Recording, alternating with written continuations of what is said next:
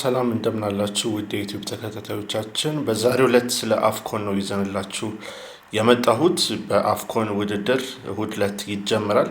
እሁድ ዕለት የሚካሄደው የአፍኮን ውድድር ወይም ደግሞ የአፍሪካ ካፕ ኦፍ ኔሽንስ ወይም ደግሞ አፍሪካ ዋንጫ በሞሮኮ አስተናጋጅነት ነው የሚካሄደው። ሞሮኮ ከኮሞሮስ የሚያደርጉት ጨዋታ ደግሞ የውድድሩ መክፈቻ ይሆናል ማለት ነው። የአፍሪካ ዋንጫ እንግዲህ አውሮፓውያን አቆጣጠር በ1957 ነበር በይፋ የተጀመረው። በወቅቱ መስራች ሀገራት የነበሩት ኢትዮጵያ፣ ሱዳን እና ግብጽ ነበሩ። እነዚህ ሶስት ሀገራት በቀጥታ ነበር ውድድሩ ላይ ይሳተፉ የነበሩት። እንደዚሁም ማጣሪያና ሌሎች ውድድሮች በወቅቱ አልነበሩም።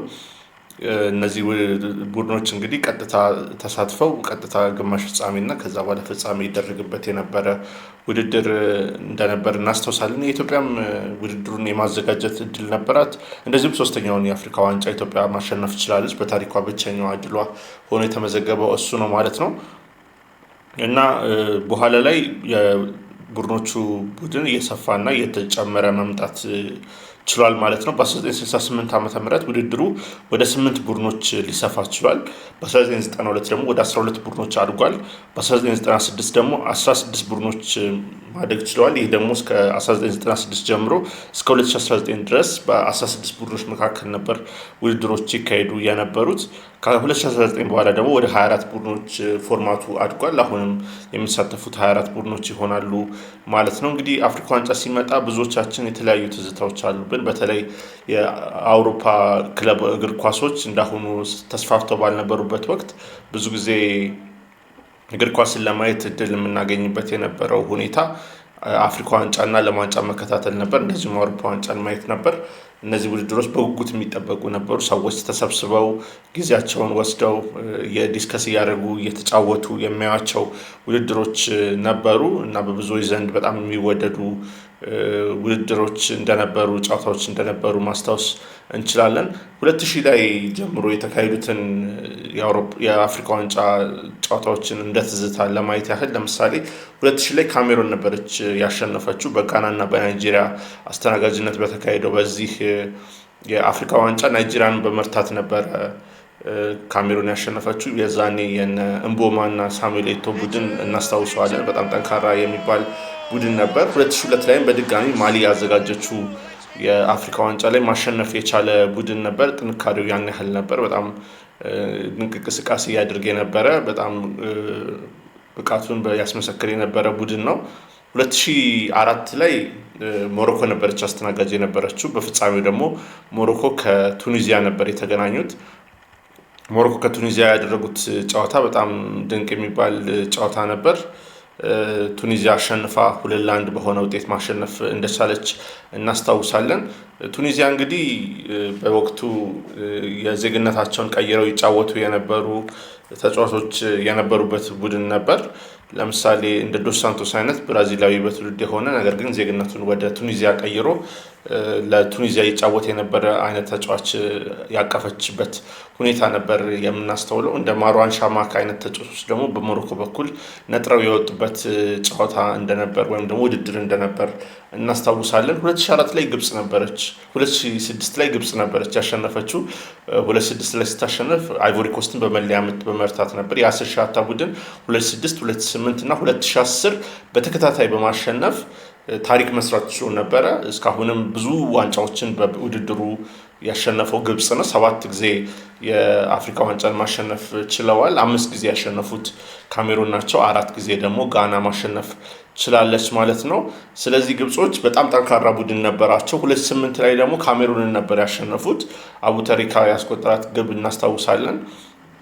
ከዛ በኋላ ደግሞ 2010 ላይ እንደዚሁ ጋናን በማሸነፍ ነበረ ዋንጫውን ማንሳት የቻሉት። ይሄ በጣም ትልቅ የሚባል ዶሚኔሽን ወይም ደግሞ የበላይነት የተስተዋለበት ወቅት ነበረ በወቅቱ ማለት ነው።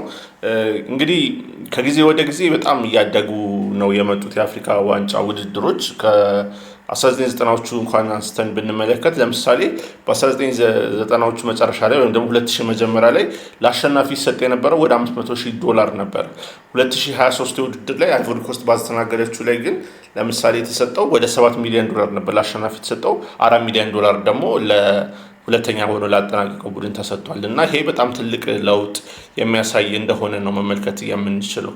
ከዛ በተጨማሪ ደግሞ ከቲኬት ሽያጭ ተጨማሪ በጣም በ800% ነው ከ2023 ላይ ማደግ የቻለው ከቲኬት የተገኘው ገቢ ማለት ነው። ይሄ ደግሞ በፊት ከነበረው ንጻሬ ነው 800% ያደገው፣ በጣም ከፍተኛ የሚባል ነው። ያለፈው የ2023 ወይም ደግሞ አይቮሪ ኮስት ያስተናገደችው የአፍሪካ ዋንጫ በጣም ብዙ ትኩረቶችን የሳበ ነበረ። ብዙ ሀገራት በጣም በትኩረት ሲከታተሉት ነበረ። በጣም ደስ የሚሉና የሚያስቁ ሞመንቶችን በጣም የተስተዋሉበት ውድድር ነበረ። 2010ዎቹ ላይ ስንገባ ለምሳሌ 2012 እና 13 በተከታታይ ተካሂዶ ነበር። 2012 ላይ ዛምቢያ ነበረች ያሸነፈችው አይቮሪ ኮስትን በመርታት በፍጹም ቅጣት ምት። 2013 ላይ ደግሞ ናይጄሪያ ቡርኪና ፋሶን በመርታት ማሸነፍ ችላለች። 2013 ደቡብ አፍሪካ ያዘጋጀችው የአፍሪካ ዋንጫ ላይ ኢትዮጵያ መሳተፍ ችላ ነበር። አንድ ምድብ የነበረችው ከዛምቢያ ቡርኪና ፋሶ እና ናይጄሪያ ጋር ነበር። 1 ነጥብ በመያዝ ነበር ያጠናቀቀችው ኢትዮጵያ። ወደ ቀጣዩ ምድብ ወይም ደግሞ ዙር ማለፍ ሳትችል ቀርታ ነበረ። 2015 ላይ በተካሄደው የአፍሪካ ዋንጫ እንግዲህ ለረጅም ጊዜ ዋንጫ ማሸነፍ ሲያቅታቸው የነበሩት አይቮሪ ኮስቶች ነበሩ በስተመጨረሻም ድል ማድረግ የቻሉት። 2017 ላይ ካሜሩን አሸንፋለች። 2019 ላይ አልጄሪያ ረድታለች። 2022 ላይ ሴኔጋል ግብፅን በመርታት አሸንፋለች። ከዛ በኋላ በ2023 በተካሄደው ደግሞ ወይም ደግሞ 2023 በተካሄደው የአይቮሪ ኮስት ባዘጋጀችው ደግሞ አይቮሪ ኮስት ራሷ ከምድቧ ደካማ እንቅስቃሴ ብታደረግም 2/3 በመሆን በማለፍ ከዛ በኋላ ራሷን በሂደት በማሻሻል ዋንጫውን ልታሸንፍና እዛው ሀገሯ ላይ ልታስቀር ችላለች ማለት ነው። ሌሎች ከባለፈው የውድድር ጋር የተገናኙ መረጃዎችን ለመመልከት ያህል ለምሳሌ በዓለም አቀፍ ደረጃ 2 ቢሊዮን ተመልካቾችን ነበር መሳብ የቻለው የባለፈው የአፍሪካ ዋንጫ። ከዛም በተጨማሪ በ180 የተለያዩ ሀገራት ሊተላለፍ ችሏል ማለት ነው። ቢቢሲ፣ ስካይ፣ ካናል ፕላስ፣ ቢኤን፣ ሱፐር ስፖርት እና ሌሎች ደግሞ በነፃ የሚያስተላልፉ ቻናሎች ጨዋታውን አስተላልፈው ነበር። በአጠቃላይ የተፖሰቱ ቪዲዮዎች 2.2 ቢሊዮን ቪዲዮ ቪው አግኝተው ነበረ። ከዛም በተጨማሪ ደግሞ ቲክቶክ ላይ እስከ 3.6 ቢሊዮን ቪው ማስገኘት ችለዋል ማለት ነው። የቲኬት ቅድምም እንዳልኩት በጣም ጨምሮ ነበር፣ ሪካርዶችን የሰበረ ነበር።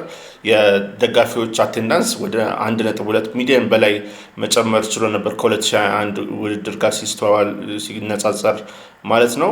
የ2023 ፍጻሜ የተካሄደው 60,000 ተመልካቾችን በሚይዘው አልሳኒ አውታራ ስታዲየም ነበረ። ይሄም በጣም በትልቅነቱ ሊነሳ የሚችል እንደሆነ ማሰብ እንችላለን። እንግዲህ በዘንድሮ የአፍሪካ ዋንጫ በተለያዩ ቡድኖች እንደሚሳተፉ ይታወቃል። ከተለያየ አካባቢ የተውጣጡ ማለት ነው። ከምስራቅ አፍሪካ ለምሳሌ እንደ ኡጋንዳ እና ታንዛኒያ፣ ሱዳን የመሳሰሉ ቡድኖች ተሳታፊ እንደሚሆኑ ይታወቃል። እንደ ቦትስዋና አይነት ቡድኖችም ማለፍ ችለዋል ከረጅም ጊዜ በኋላ ማለት ነው። የተለያዩ ስቴዲየሞች እነዚህን ውድድሮች ያስተናግዳሉ። ለምሳሌ 21,000 ተመልካቾችን የሚይዘውና ራባት ላይ የሚገኙ ስታድ ኦሎምፒክ አኔክስ ኮምፕሌክስ ስፖርቲቭ ፕሪንስ ሞዋሊ አብደላ የሚባለው ስቴዲየም አንደኛው ተጠቃሽ ነው። ኮምፕሌክስ ስፖርቲቭ ፕሪንስ ሞዋሊ አብደላ የሚባለው ራባት የሚገኘው ሌላኛው ስቴዲየም ደግሞ 69,500 ተመልካቾችን ይይዛል።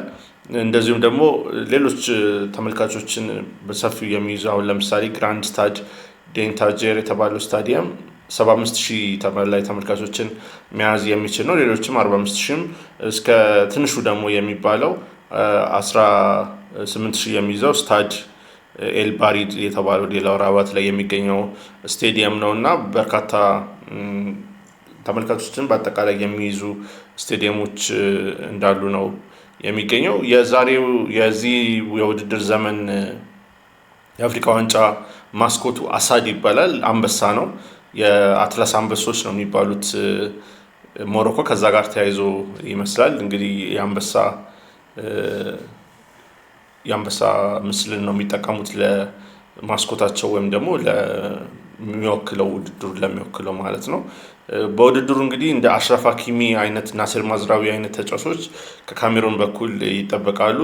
ጠንካራ እንቅስቃሴ ያደርጋሉ ተብሎ ነው የሚጠበቀው። ሞሮኮች በበኩላቸው ከ1976 በኋላ ለመጀመሪያ ጊዜ ዋንጫውን ለማሸነፍ እድል ተሰጥቷቸዋል እና ጠንካራ ተፎካካሪ ሆነው እንደሚቀርቡ መናገር ይቻላል። እንግዲህ ከአፍሪካ ዋንጫ ጋር የተያዘው መረጃ ይህን ይመስላል። በአጠቃላይ ጓጓጊና መልካም ውድድር እንደሚሆን ይጠበቃል። እናንተም እንግዲህ ከዚህ ውድድር ምን እንደምትጠብቁ እንድታካፍሉኝ በኮሜንት ሴክሽን እጋብዛችኋለሁ። ሰብስክራይብ ማድረግ አትርሱ። ስለነበረን ቆይታ አመሰግናለሁ። መልካም ጊዜ። ቻው።